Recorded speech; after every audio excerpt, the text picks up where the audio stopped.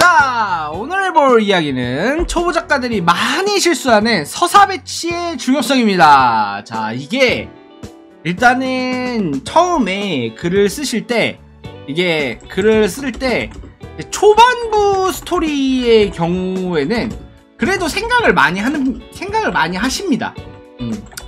근데 이제 보통 문제가 뭐냐, 이제 너무 많이 한다가 문제거든요. 그러니까 뭐냐면 이제 서사라는 게 있어요. 서사가 있고 이게 단계별로 이렇게 쭉 1단계, 2단계, 3단계, 4단계 이런 식으로 조금씩 이제 하나씩 이렇게 쌓아가야 되는데 여기다가 다 쳐넣으려고 해. 여기다가 모든 씨 그냥 다 우겨 넣으려고 합니다. 이게 서사의 배치의 문제가 이제 될 수 있거든요. 제가 이제 얼마 전에 멘토링 같은 걸 해드렸던 분이 있는데, 얼마 전 멘토링을 해드린 분이 계신데, 이게 내가 처음에 깜짝 놀랐어요. 이게 뭐냐면 군상극을 쓰시더라고요. 아니, 군상극을 쓰는 거야, 초반에. 초반에 군상극을 써. 아, 근데 이거 초반에 나중에는 쓸 수도 있고, 그러니까 솔직히 나중에 써도 별로 안 좋은데 나중에는 쓸 수 있을지도 모르지만, 그러니까 초반에 군상극은 진짜 어렵다.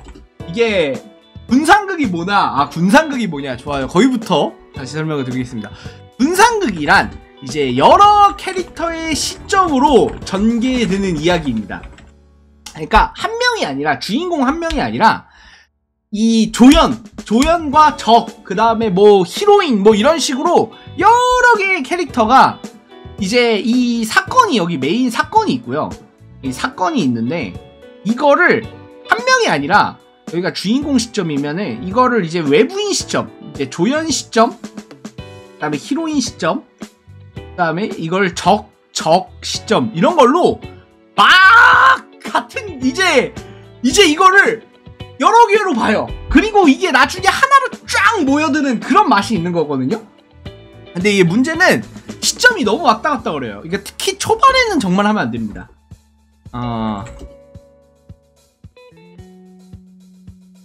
이제 그리고 이 서사 배치의 중요성에서 제가 한번 이제 말씀드린 게 있었는데, 이분께 이제 어떤 소설에서는, 제가 이제 해본 소설에 이런 게 있더라고요. 그러니까 그 1화 내용이 뭐였냐면, 1화에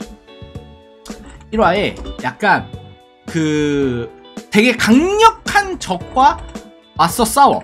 그러면서 막 온몸이 약간 피칠갑이 되고 이제 막 이제 어떻게든 싸우려고 하거든요.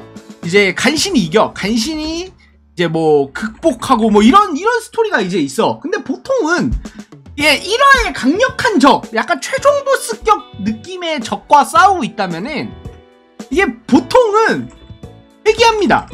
이게 보통은 회귀해요.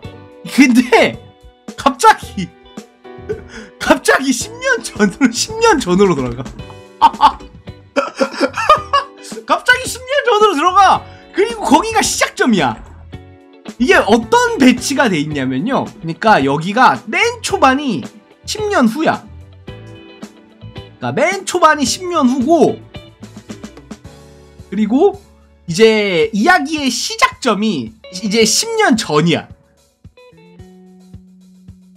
그리고 여기부터 이제 서사를 푸는 거야. 근데 그러면은 이게 얘가 이제 10년 전에 얘가 이제 막 여러 가지를 겪고 어쩌고 저쩌고 해서 이 초반에 1화에 내가 썼던 이 10년 후가 후반부에 나오는 그런 배치를 하신 거야.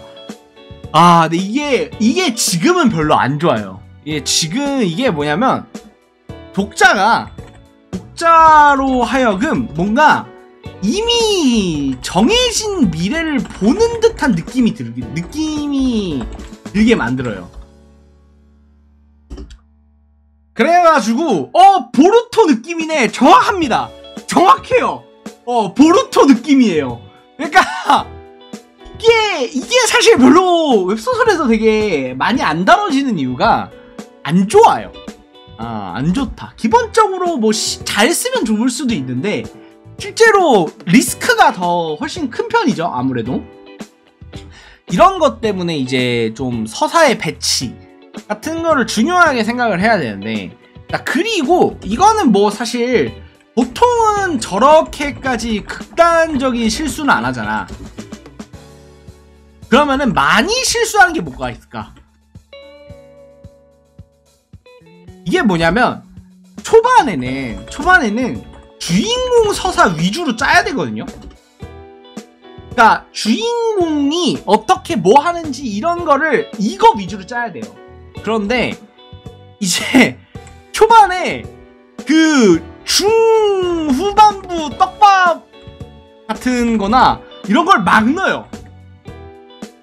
요거는 꽤 많이 빈번하게 나오는 실수 중 하나입니다. 그러니까 이게 주인공 서사 위주고, 그리고 그러니까 단계적으로 쌓아가야 되잖아. 우리가 이제 서사라는 게 있으면 단계적으로 한 계단씩 이렇게 쌓아가야 되는데, 이게 여기에 이제 시작할 당시에 요렇게 가는데 갑자기 이제 여기가 갑자기 이렇게 막 부쑥 튀어나와.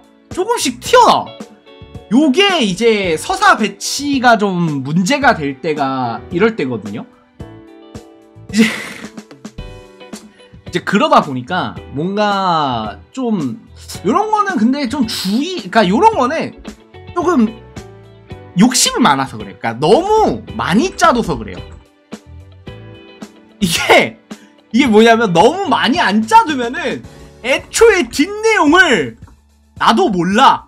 그래서 안 넣어. 그래서 넣을 수가 없는데, 이게 어떻게든 좀 많이 좀 많이 짜둔 분들은 뒷내용을 앞에서 쓰려고 해요. 그래가지고 이걸 빨리 보여주고 싶은 거야. 그러다 보니까 이제 조금 좀 주의해야 될 필요가 있고, 그리고 서사 배치로 했을 때 이제 그런 게 있어요. 이제 우리가 요거는 1화 연출에도 좀 생각하는 1화 연출에도 좀 중요한 건데, 그러니까 1화가 아니라 한화 예를 들어 한화에 해당하는 부분의 연출에도 되게 좀 도움이 되는 부분인데, 얘가 예를 들어 서사 중에서도 이게 약간 부정적 서사가 있고요, 긍정적 서사가 있잖아요. 예를 들어 주인공이 약간 좀 당하는 파트야. 당하는 파트. 그러면은 약간 부정적인 서사잖아. 그러니까 독자들이 좀 답답할 수 있는 서사고, 주인공이 극복하는 파트야. 그러면은 이거는 약간 긍정적인 서사잖아. 그러면은 우리가 소설을 이제 하나로 5천자를 이렇게 딱 짤 때, 5천자를 여기서 짠다고 쳐봐요. 그러면은 얘를 여기에 넣고요. 곡이네. 잠깐만요. 자, 그러니까 얘를 여기쯤에 넣어야 되는 거예요. 그러니까 이거를 반대로 하면 안 돼요. 그러니까 얘가 극복을 한 다음에 당하는 파트 이런 식으로 넣거나, 아니면 당하는 파트가 이 후반부에 오거나, 이렇게 짜면은 좀 독자들이 답답해해요. 그러니까 이 5천자 내에서도 나름 에피소드의 바리에이션이 있다고 생각하시면 돼요. 그래서 얘 같은 경우에는 되도록이면 좀 초반 쪽에 나오게, 그 다음에 극복하는 파트는 이제 요 후반부 쪽에 나오게, 그런 식으로 한 화를 구성한다. 한 화의 내용을 구성하는 게 좋다. 이거가 이제 서사 배치가, 이게 뭐냐면은 같은 내용이라도 어디에 언제 나오냐에 따라서 느낌이 다릅니다. 이게 좀 많이 달라요. 여러분이 생각하시는 것보다 어떨 때 넣냐에 따라서도 되게 다릅니다. 이제 뭐 예를 들어 일상 파트랑 약간 진행 파트? 그러니까 스토리 파트, 이렇게 두 개가 있다고 했을 때, 이것도 약간 스토리, 일상 이런 식으로 하면 안 돼요. 그러니까 어느 정도 뭐냐면은 이게 스토리만 쭉 가면 피로도가 높아지거든요. 독자들의 피로도가 높아져요. 왜냐면은 너무 메인 스토리만 진행을 해버리면은 이 약간의 캐릭터들 간의 케미라던가 이제 주인공과 이제 관계성 위주로 좀 좋아하시는 분들은 별로 너무 스토리만 진행되면은 또 이게 재미가 없단 말이야. 그런데 너무 일상만 보여줘도 스토리가 진행되는 게 없으니까 재미가 없어. 그래서 이거를 적절하게 배치를 해야 돼요. 요 사이사이에다가 이렇게 적절하게 이렇게 딱 넣어야 돼요. 그래가지고 이게 뭐냐면 사실 오히려 앞조건 괜찮아요. 그러니까 이 스토리 요 파트를 좋아하시는 분들이 더 많아요. 사실 이 정도로만 하면 되긴 하는데 이제 근데 이게 왜 안 좋을 때가 있냐면 안 좋을 때가 뭐냐면 약간 여운을 즐길 타이밍이 없어요. 그러니까 강적을 쓰러뜨렸어. 강적을 뭐 갖은 고생을 해서 쓰러뜨리고 바로 그 뒤에 서사가 진행되는 거야. 진행되면 뭐냐면 읽는데 약간의 그 피로도 같은 게 좀 굉장히 강해지고 그리고 약간 긴장감이 계속 유지돼요. 계속 유지되는데 긴장감이 계속 유지되면 좋은 거 아니에요? 유지되면 좋은 거 아닌가요? 이거 뭐 몰입시킬 때 약간 긴장대로 이렇게 쫙 하게 그냥 눈을 뗄 수 없게 만들려고 하는데 이게 뭐냐면은 주로 이런 방식을 많이 채택하는 장르가 있어요. 그러니까 많이 채택하는 매체가 있습니다. 이게 뭔지 아세요? 긴장감을 절대 끊기지 말고 쭉 유지하는 매체. 바로 미국 드라마가 있습니다. 미국 드라마 같은 경우에는 이런 걸 계속해요. 왜냐면 미국 드라마는 이 긴장감을 정말 식기살기로 안 놔줘요. 그래서 거의 미드를 보신 분들은 좀 공감을 하실 텐데 볼 때 뭐 어디서 끊어야 될지 모르겠어. 할지 모르겠어. 그래서 뭐냐면 좋은데 그냥 피로해. 그리고 가장 큰 문제 이게 피로하면 뭐냐면 한 번 끊기잖아? 그러면 다시 보기가 싫어요. 아니 볼 때 분명 재밌거든? 근데 한 번 끊기는 순간 이걸 또 그렇게 이걸 쭉 봐야 되나? 약간 이런 느낌이 들어요. 이게 뭐냐면 이게 약간 진입장벽이 됩니다. 근데 미드는 그래도 괜찮을 수도 있어요. 미드는 그래도 영상이니까 이제 좀 뇌 빼고 볼 수 있다고 쳐봐. 그러니까 텍스트는 그렇게 안 돼요. 텍스트는 그렇게 안 됩니다. 이게 계속 긴장감을 주는 서사 배치가 이제 쭉 이어지면은 피로해요. 그리고 다시 안 와요. 그래서 여러분들도 혹시 그런 적 있지 않으세요? 누구나 있을 것 같은데 분명 재밌게 보던 소설이었는데 엄청 재밌게 보던 소설이었는데 한 번 끊기니까 그냥 다시 보기 부담스러워서 쌓고 보지 뭐 이런 다음에 안 봐. 이런 경우가 좀 있지 않습니까?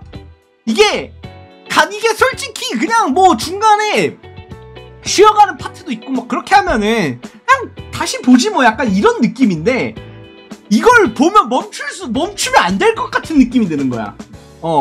약간 이런 게 문제가 이제 서사 배치의 문제에서 오는 그런 식의 단점 같은 거다. 자, 다만 이제 뭐 제가 말씀드렸지만 배치 같은 경우에는 사실 요 서사 배치 같은 경우에는 좀 센스에 가까워요. 좀 센스와 경험? 이제 요런 것들은 이제 다 좀 아무래도 좀 경력이 되고 그 다음에 어느 정도 템포 같은 거를 조절할 수 있게 되면서 자연스럽게 익히게 되는 영역이다 보니까 처음부터 너무 신경 쓰지는 마시고요. 다만 이제 제가 아까 알려드린 극단적 예시처럼 그러니까 너무 좀 웹소설적으로 받아들여지기 힘든 서사 배치는